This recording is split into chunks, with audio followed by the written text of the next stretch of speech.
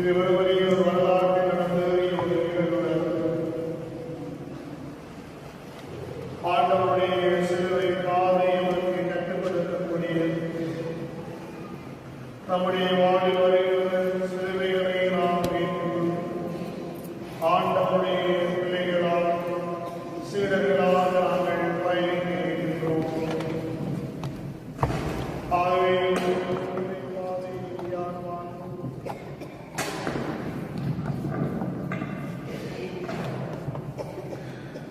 நமது சிலுவைகளை நாம் ஏற்றுக்கொண்டு ஆண்டவர் இயேசுவாய் சிலுவை ஒரு வெற்றியின் சின்னமாக நமக்கு மாற்றி காட்டினார். அதே போன்று நம்முடைய வாழ்வில் வருகின்ற சிலுவைகளை நாம் வெற்றியின் சின்னமாக மாற்ற துறையாசி வேண்டி கொண்டாடுவோம். ஆண்டவர் இயேசுவே நாளிலே என் ஒருவரையும் என் பின்னே நீ வர ஆசைப்பட்டார். உம்முடைய வாழ்விலே சிலுவைகளை சந்திக்க வேண்டும். என்னை நீ பின்பற்ற விரும்பினால் உம்முடைய வாழ்வில் நீ அவமானத்தை சந்திக்க நேரிடலாம். என்னை நீ பின்தொடர விரும்பினால் உம்முடைய வாழ்வில் நீ பல்வேறுபட்ட விமர்சனங்களை சந்திக்க நேரிடலாம். என்னை நீ பின் சொல்ல விரும்பினால் உம்முடைய வாழ்வில் நீ வீழ்ச்சிகளை சந்திக்க நேரிடலாம்.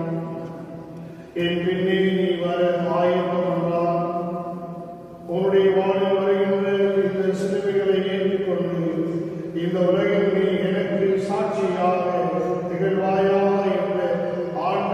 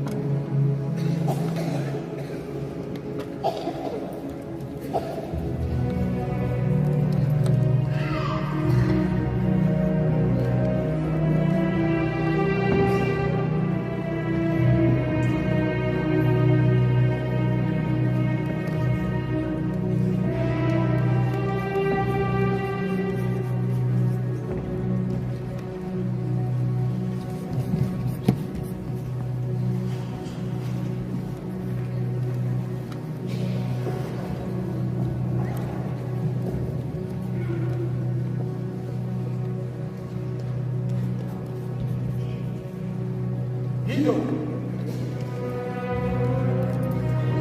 மனிதன்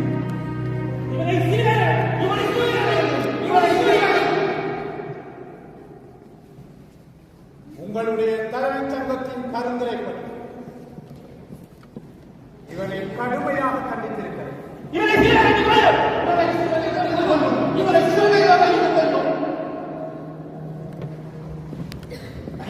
சிலுவை அழைத்துக் கொள்ளும் அளவு இவன் குற்றம் ஒன்றும் செய்யவில்லை. குற்றம் இல்லாமல் இருந்தால் தங்களிடம் இவன் கொண்டு வந்திருக்கமா? கேட்டேன், விசாரி. அவனுடைய சொற்களில் கிளர்ச்சிகள்,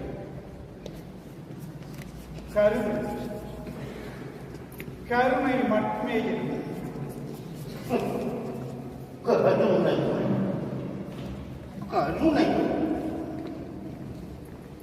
கருணை என்ற பெயரில் ஆட்சியை பலவீனப்படுத்த முடியாது. இன்று இவன் பேசுகிறான், நாளை மக்கள் நமக்கு எதிராக கிடந்தார்கள். அப்படி நீங்கள் பயப்படுவது அவனுடைய அவனுடைய வார்த்தைகளுக்கு. வார்த்தை வாழை கூர்மையான. அதனால்தான் இவனுக்கு இன்றே தீர்க்க வேண்டும்.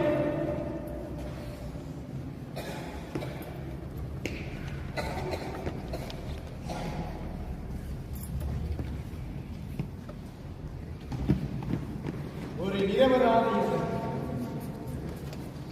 இந்த மண்டபத்தின் தரையில் அந்த சத்தம் என் மனச்சாட்சியை வாழ்நாள் முழுவதும்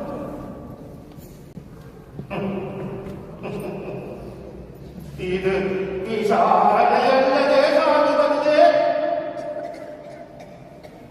ஒரு தேசத்தின் பாதுகாப்பு. ஒருவன் தன்னை சொல்லிக் கொண்டிருக்கிறான். அவன் சொன்னது, என்னுடைய ராஜ்யம் இவ்வுலகத்தை சார்ந்தது. இதில் எங்கே அரசியல் வார்த்தைகளிலே அரசியல் மக்கள் மனங்களில் உள்ளது. இவன் மக்கள் மனங்களை கைப்பற்றுகிறான். மக்களின் மனங்களை கைப்பற்றுவது குற்றமா? என்ன அப்படியே உண்மையை மிகப்பெரிய. நான் மீண்டும் உறுதியாக சொல்கிறேன், இவன் மீது மரண தண்டனை வழங்கும் அளவுக்கு நான் குற்றவேதம் காணவில்லை. இவன் தன்னை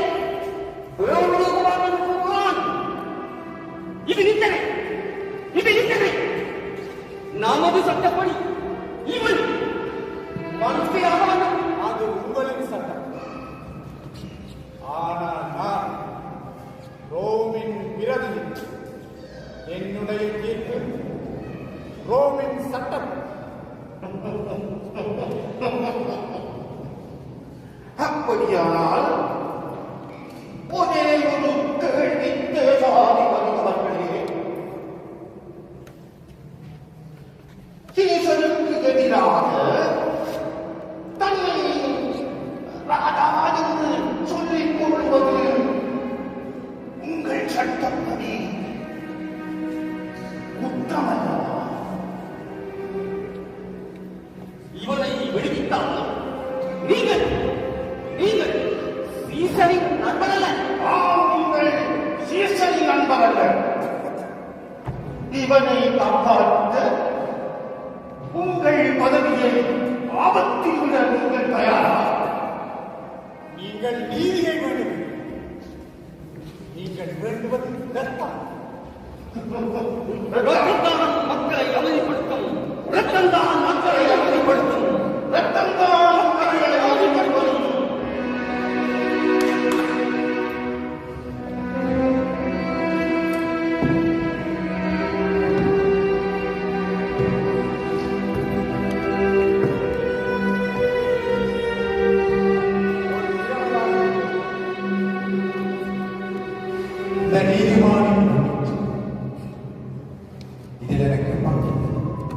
அது என் மீது சிந்தாது.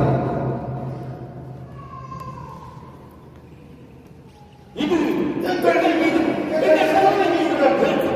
இது எங்கள் மீதும் எங்கள் சகோதரி மீதும் நடக்கும். இது எங்கள் மீதும் எங்கள் சகோதரி மீதும் நடக்கும்.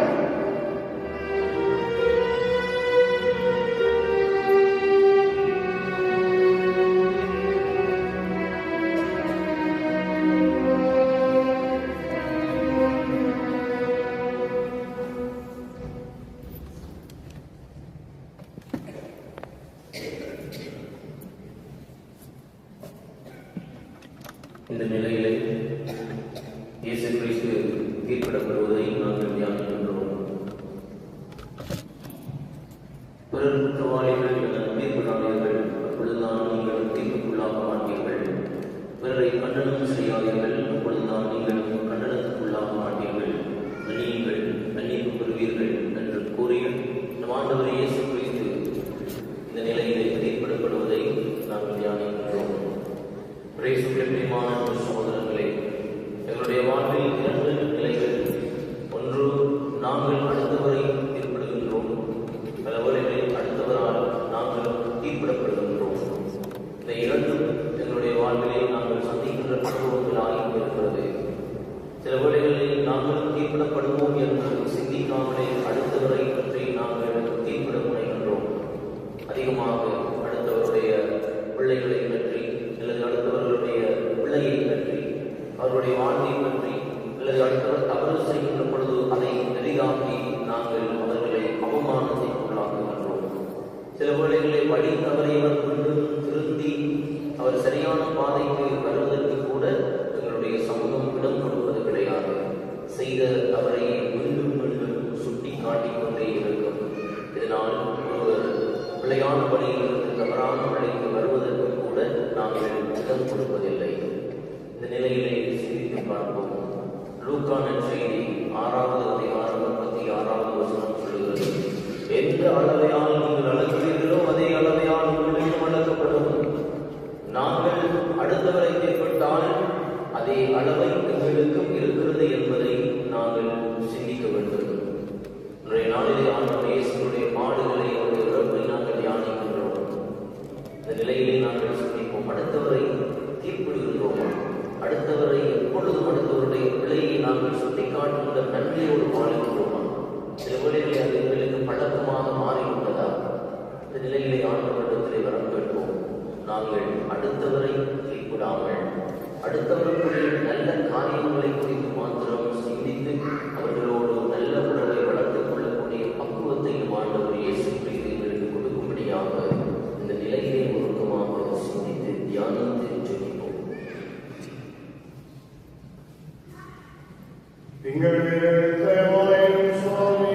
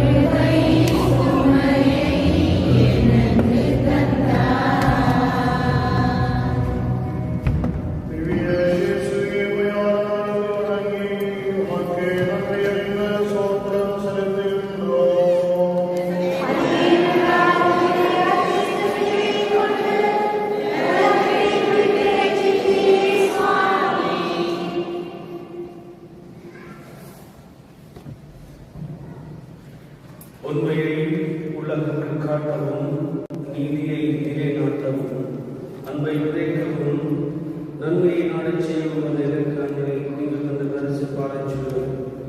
என்றும் உரையடியார்களுக்கும், சமூகத்தவர்களுக்கும், நீதிமான்களுக்கும், நற்பணி ஆற்றுபவர்களுக்கும் இடையூறாகவும், அவர்களுக்கு அவப்பெயரை கொடுப்பவர்களாகவும் இருக்கின்றீர்களா?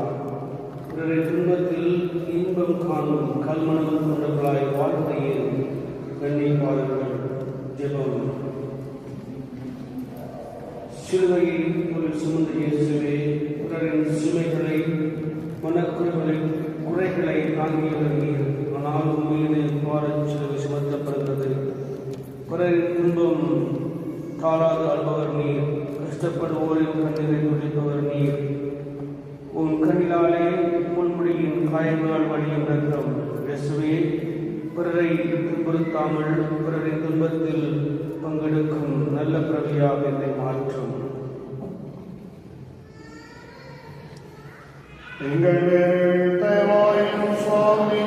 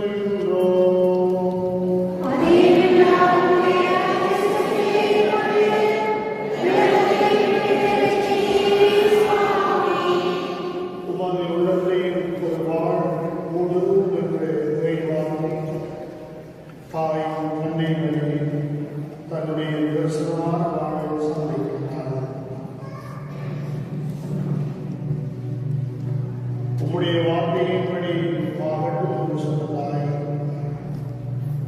கல்லறை தொடங்கி கல்லறை நோக்கி பயணம் தாய் தன்னவன் இயேசுவோடு பயணிக்கிறார்.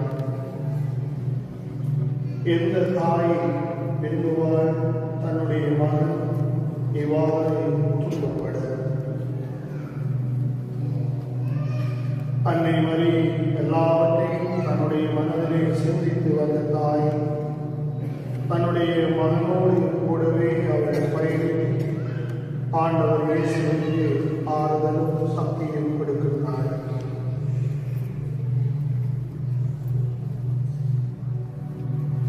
இன்றைய இந்த காலகட்டத்தில் நாம் நம் அன்னையரை எவ்வாறு பார்க்கின்றோம்? நம்முடைய இல்லங்களில் ஒரு சுமையாகவா, வயது முதிர்ந்த காலங்களில் என் தாய் நம்முடைய இல்லங்களிலே ஒரு பொருட்டாக கருதாமல் சுமையாக இருக்கின்ற மனிதர்களாகி நாம் எத்தனையே இருக்கின்றோம். எம்மை தன்னுடைய கருவிலே கருத்தாகி நம்மை எல்லாம் உயர்ந்த நிலைகளுக்கு உள்ளாக்கி எம்மை வளர்ந்த அன்னையர் இறுதி காலங்களிலே அவர்கள் கண்ணீர் விட நாம் காரணமாக இருக்கின்றோமா? தாயினுடைய ஆசீர்வாதம் இல்லை என்றால் வாழ்வு எல்லாம் இருந்ததுதானே. எம் அன்னையரை நாங்கள் அன்பு செய்வோம். சிறப்பாக எம் அன்னையர்கள் வயது முதல் இயலாத காலங்களில் இருக்கின்ற பொழுது அன்னையினுடைய மனங்களை நாங்கள் நோவடிக்கக்கூடிய வார்த்தைகளை பேசாமல் என் அன்னையை நாங்கள் அன்பு செய்வோம். அவருடைய ஆசீர்வாதம் நமக்கு இருந்தாலே நம்முடைய வாழ்வில் நாம் சுபிட்சமான வாழ்வை காண முடியாது. அன்பான இயேசுவே, எங்களுடைய அன்னையை நாங்கள் அன்பு செய்ய, அவர்களை மதிக்க, அவர்களை பராமரிக்க எங்களுக்கு நல்ல உள்ளத்தை தாரும். எங்கள் தயவாயும் சுவாமி,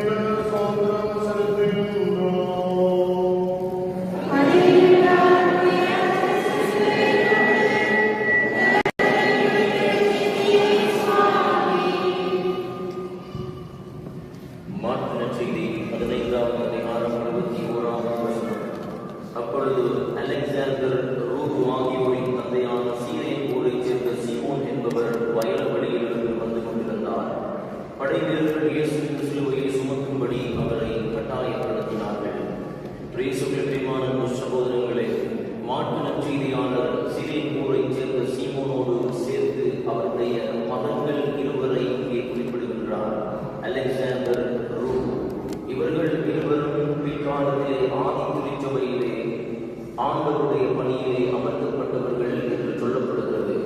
ரோமில் எழுதப்பட்ட திருமுகம் 16வது அதிகாரம் 13வது வசனத்தில் பவுலடிகளார் சொல்லுவார், ஆண்டவர் பணிக்கென தேர்ந்தெடுக்கப்பட்ட ரோமுக்கும் அவர் அன்னைக்கும் வாழ்த்து கூறுங்கள். அவருடைய அன்னை எனக்கும் அன்னை போன்றவர். இவ்வாறு சீரேன் ஊரைச் சேர்ந்த சீமோனுடைய குடும்பம் ஆண்டவருடைய பாடுகளில் மாத்திரமல்ல, அதற்கு பிற்பாடு அவருடைய பணிக்காகவே தங்களை அர்ப்பணித்தார்கள் என்று சொல்லப்படுகிறது.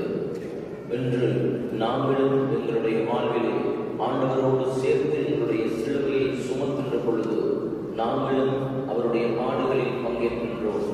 ஆகவே இந்த நிலையிலே சீரேன் ஊரைச் சேர்ந்த சீமோன் ஆண்டவர் இயேசுவுக்கு உதவியதைப் போல எங்களுடைய பணி வாழ்விலும் இல்லற வாழ்விலும் அடுத்தவருக்கு எப்பொழுதும் உறுதுணையாக இருக்க முயற்சி செய்வோம். ஏனென்றால் நாம் செய்கின்ற ஒவ்வொரு நல்ல காரியங்கள் உதவிக்கும் எங்களுக்கு கைமாறல் உண்டு. ஆகவே நான் நன்றியை சொல்லுகிறது, நாங்கள் அடுத்தவருக்கு நன்மை செய்கின்ற பொழுது அல்லது கொடுக்கின்ற பொழுது எதிர்பார்ப்போடு நாங்கள் கொடுக்கக்கூடாது. அவ்வாறு செய்தால் கைமாறல் வராமல் போவோம். ஆகவே நாங்கள் திரும்ப பெற்றுக்கொள்வோம் என்று நினைக்காமல் செய்கின்ற எல்லா உதவிகளுக்கும் கடவுள் எங்களுக்கு கைமாறல் கொடுப்பார். இந்த நிலையிலே அடுத்தவருக்கு உதவி செய்கின்ற மனப்பான்மையை முறைகள் எங்கள் வாழ்வில் நீங்கள் ஒவ்வொருவருக்கு கொடுக்க மன்றாடுவோம்.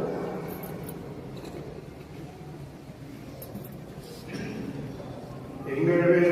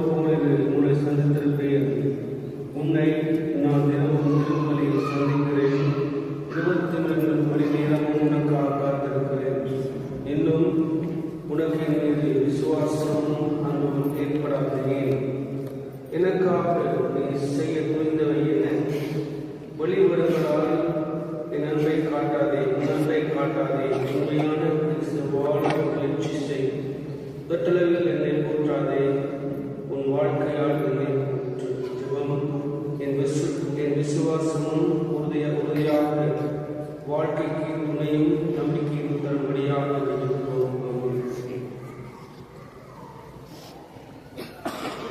எங்கள்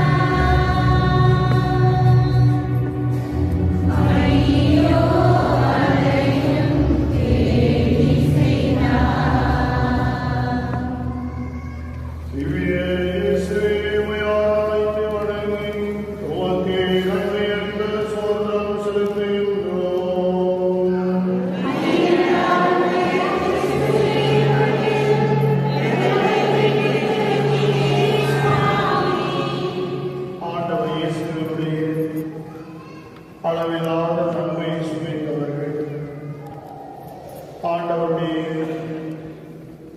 தொடுகையினாலே குணம் பெற்றவர்கள் அவர் மீது வந்த அன்பின் பொருட்டு இங்கே ஒரு பெண் கூட்டம் அழுகிறது. எனக்காக அழாதீர்கள், உங்களுக்காக உங்கள் பிள்ளைகளுக்காக அழுகிறது. இயேசு இந்த வேளையிலே அன்று அந்த பெண்களை பார்த்து மட்டுமல்ல, எம்மை பார்த்தும் சொல்லுகின்ற வார்த்தை இதுவே. உனக்காக, உன் பிள்ளைக்காக, உன் குடும்பத்திற்காக, உன் வாழ்வுக்காக நீ அழுகிறோம். ஏனெனில் நான் உனக்கு வாழின் பாதைகளை காட்டினேன், வாழின் வழிமுறைகளை உனக்கு கற்றுக் கொடுத்தேன், வாழின் சுயட்சமான பாதைகளை எல்லாம் நான் உனக்கு சொல்லிக் கொடுத்தேன். ஆனால் நீயோ என்னுடைய அன்பை பொருட்படுத்தாது, என்னுடைய வார்த்தைக்கு நீ சொல்லிக் கொடுக்காது, இந்த உலகத்தினுடைய தீமையான காரியங்கள் மீது நீ ஈர்க்கப்பட்டவராக என்னை விட்டு நீ பிரிந்தாயே. அதற்காக நீ அழுதுகிறாய். பாவம் செய்யாதே, பாவம் அது சாவுக்கு உன்னை வெட்டி செல்லும் என்று நான் கற்றுக் கொடுத்தேன். ஆனால் நீ குடும்பமும் மீண்டும் மீண்டும் நீ பாவம் செய்து என்னை சிலுவையில் அறைகிறாயே. அதற்காக நீ நொந்து அழமாட்டாயா? நன்மையின் தீமையில் என தெரிந்து கூட ஏன் நீ தீமையின் மீது வெற்றி உள்ளவனாக இருக்கின்றாய்? தீமை உன்னை வாழ வைக்காது என்று கூட அவருக்கு தெரியாதா? இயேசு எம்மை பார்த்து உனக்காக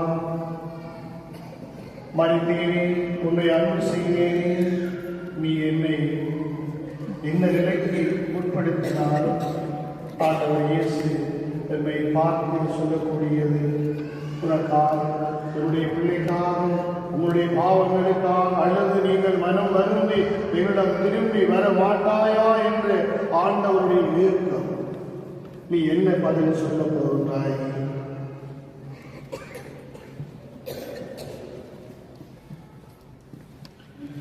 எங்கள் தேவாலயம் சுவாமி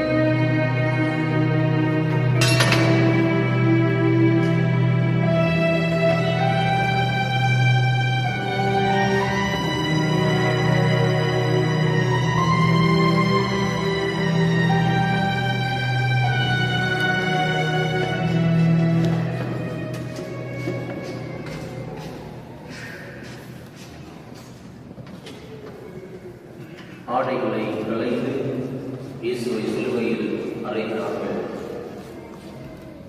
ஆடை ஒரு மனிதனின் மானம் காப்பது. சிலுவை அவமானத்தின் சின்னம். சிலுவையில் அறையப்படுவது மாத்திரம் போதாது, அதற்கு முன் உச்சக்கட்ட அவமானம் என்று சொல்லப்படுகின்ற ஆடைகளை களைந்து இயேசுவை அவமானப்படுத்துகிறார்கள். இயேசுவுக்கு பிரியமான அன்பு சகோதரர்களே, எங்களுடைய வாழ்விலும் நாங்கள் எத்தனை பேரை அவமானப்படுத்தி இருக்கின்றோம் என்று ஆண்டவர் இயேசுவினுடைய நிலையை நாங்கள் இந்த இடத்திலே தத்ரூபமாக தியானம் என்று கொள்கிறோம். நிச்சயமாக நம்முடைய உள்ளத்திலே நாங்கள் செய்கின்ற எங்களுடைய பாவங்கள் நினைவுக்கு வர வேண்டும். சில காட்சிகளை காண்கின்ற பொழுது மெய் செலுத்தி வருகின்றது. அதை எதன் அடையாளம்? உண்மையிலேயே நாங்கள் கடவுளோடு பயணம் செய்கின்றோம், இயேசுவோடு பயணம் செய்கின்றோம் என்பதன் அடையாளம்.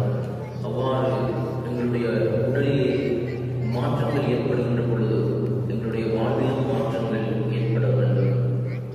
நாங்கள் எத்தனை பேர் அடுத்தவருடைய ஆடையை அல்ல, மாறாக எங்களுடைய சொற்களால் எத்தனை பேரை அவமானப்படுத்தி ஆணிகளால் அறைந்திருக்கின்றோம். உங்களுடைய வார்த்தைகள் இது சாதாரணமானவை அல்ல. அடுத்தவரை காயப்படுத்துகின்ற பொழுது சில வேளைகளிலே வாழ்நாள் முழுவதும் மறக்க முடியாத அளவுக்கு நாங்களும் காயப்பட்டிருக்கிறோம், அடுத்தவரையும் காயப்படுத்தி இருக்கிறோம். இந்த நேரத்திலே உண்மையாகவே மனமுருகி ஆண்டவரிடத்திலே சொல்லுவோம், இனி வரும் நாட்களில் என்னுடைய வார்த்தையால் நான் அடுத்தவரை காயப்படுத்த மாட்டேன். என்னால் முடியுமான அளவுக்கு அடுத்தவரை மன்னிக்க ஆண்டவரை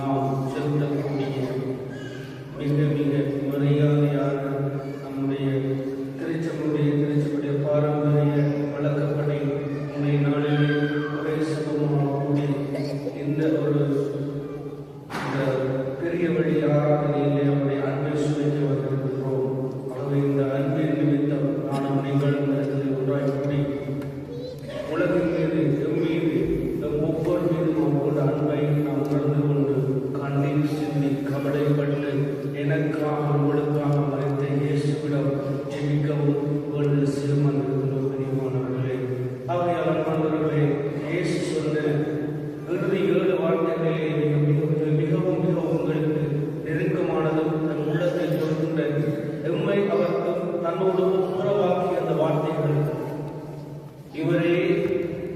உம் தாய் இவரே உம் மகன் என்று எமக்கும் எம்மை நம் அன்னையோடு ஒப்புரவாக்கி ஒன்றாக்கி அன்னையோடு பயணிக்கக்கூடிய சூழ்நிலை உருவாக்கி என்று நான் இறந்தாலும் நான் உங்களோடு இருக்கிறேன் என்று நம்பிக்கை தரக்கூடிய வார்த்தைகளை தந்து பயணித்திருக்கின்றார்களே நாங்களும் நம் வாழ்க்கை சூழ்நிலையில் எவ்விதமான சூழ்நிலைகளில் துன்பங்களையும் இடர்களையும் இறப்பையும் தாங்கக்கூடிய சூழ்நிலையை கடந்தாலும் மீண்டும் அவர் மீது கொண்டு வாழ தொடர்ந்து ஜெபிப்போம். எங்கள் மேலே தயவாயிரும் சுவாமி.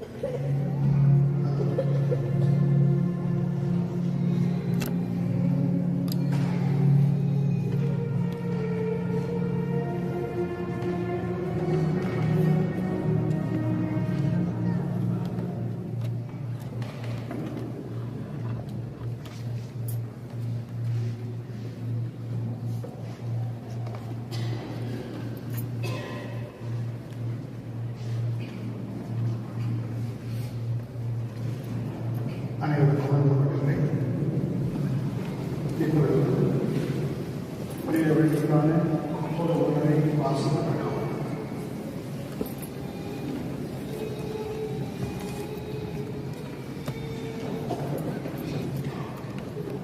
இன்று தியாகத்தின் தினம், நம்முடைய மூப்பரின் தினம். கடவுள் உலக மக்களாகிய நம்மை எவ்வளவு நேசித்தார் என்றால் தமது ஏக மகனாகிய இயேசுவையே நமக்கு அளித்தார். தெய்வீக திருமகனும் தம்மையே வெறுமையாக்கி அடிமையின் தன்மை கொண்டு மனிதருக்கு ஒப்பானார். மனித உருவை தோன்றி தம்மை தாழ்த்தி சிலுவை சாவை ஏற்கும் அளவுக்கு கீழ்ப்படிவதானார். இவ்வாறு தந்தைக்கும் மகனுக்கும் இடையே உள்ள ஒன்றிப்பின் அடையாளம்தான் சிலுவை. பாம்பினால் கடிவுற்றவர்கள் குணம் பெற, மோயிசனால் பாலைவனத்தில் வெண்கல பாம்பு உயர்த்தப்பட்டது போல நாம் நம்முடைய பாவங்களில் இருந்து எழுந்து மீட்பு பெற கிறிஸ்து தன்னையே சிலுவையில் இயக்கினார். கிறிஸ்துவின் பாடுகளையும் மரணத்தையும் பற்றி சிந்திப்பதற்கு ஏற்றவாறு இறைவார்த்தை வழிபாடும் பொது மன்றாட்டுகளும் திருச்சிலுவை ஆராதனை பிரிவிருந்து என்று 3 பகுதிகளாக பிரிக்கப்பட்டிருக்கிறது. கிறிஸ்து தம்மை வறுமையாக்கிக் கொண்டார் என்பதை நினைவு கூறும் பொருட்டு பீடம் பொலிவிழந்து காணப்படுகின்றது. பாவத்தினால் மனிதன் வலுவிழந்து காணப்படுகின்றான் என்பதனை நினைத்து ஏற்றுக்கொள்ள குரு முகங்குப்புற விழுந்து மௌனமாக சிரிக்கின்றார். அத்தருணத்தில் நாமும் முழந்தாள் படியிட்டு கிறிஸ்து இயேசுவுக்கு முன் நாம் நிற்க பாவம் தடையாக இருப்பதை உணர்ந்து அமைதியாக மன்னிப்பு கோரி செபிப்போம். இப்பொழுது எழுந்து நின்று குருவை வரவேற்போம்.